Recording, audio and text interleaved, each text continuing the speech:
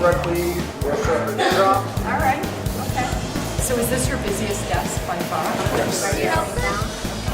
And where do they put the sticker? They peel, when they come in the garage, they pull a ticket when they come in the garage. You just peel one of these off and put it on that tag. I see. These are the guest pass when they come in and they want to go to a room. This is a visitor pass, Visitor not pass. a parking No, these sticker. are just these are the parking stickers. Because just last week there was a lady who gave us a check for $25, said thank you, and walked off.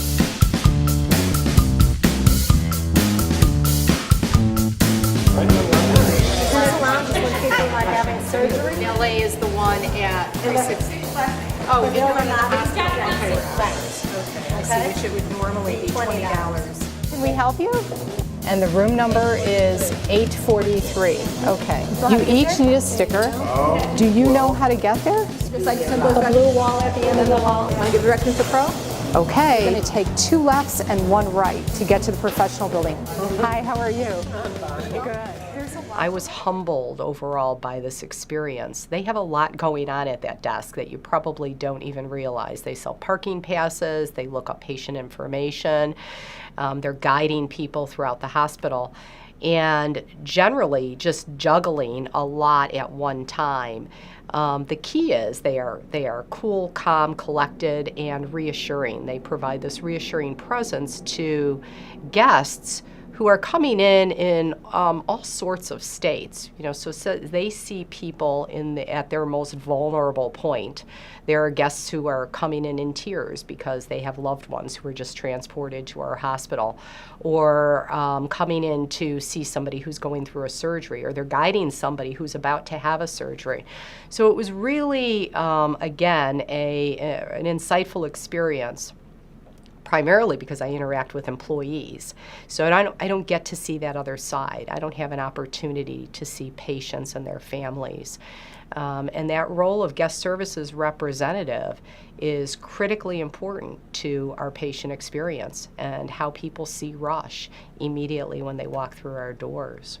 It's pretty difficult to remain calm, cool, and reassuring when you have a line of people who are waiting to talk with you, and they want their need met immediately. And there's a lot to know. It's not so easy to give people directions and get them through our campus. And our guest service representatives just have this nailed and have it down. I think the other thing I learned is, there's also this technique to getting people from point A to point B, and I was trying to refer back to my notes, and they have all this, completely memorized. In general, I view all our employees with a tremendous amount of respect and appreciation for what they do. It is a little different when you walk in somebody's shoes and you realize that what they do isn't so easy, and it takes a special gift and a special skill. And so I hope I'll continue to treat everyone with the dignity and respect that I believe that I do. But there's a new level of appreciation that comes from standing behind a desk and trying to do the work that someone else is trained to do.